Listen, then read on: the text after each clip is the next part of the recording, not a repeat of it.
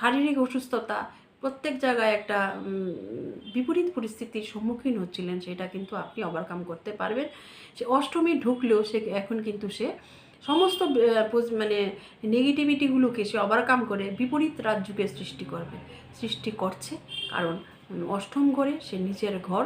সুতরাং এই 28 অক্টোবর থেকে আরম্ভ করে বাকি সময়টা বলবো অত্যন্ত কিন্তু শুভ, কারণ এই সময় কিন্তু সে নিজের ঘরে যেহেতু ঢুকছে, আপনার শত্রুরা কিন্তু আপনার সঙ্গে আর পেরে উঠবে না, শত্রু কিন্তু বন্ধুতে পরিণত হবে, এটা কিন্তু আমরা দেখতে পাচ্ছি।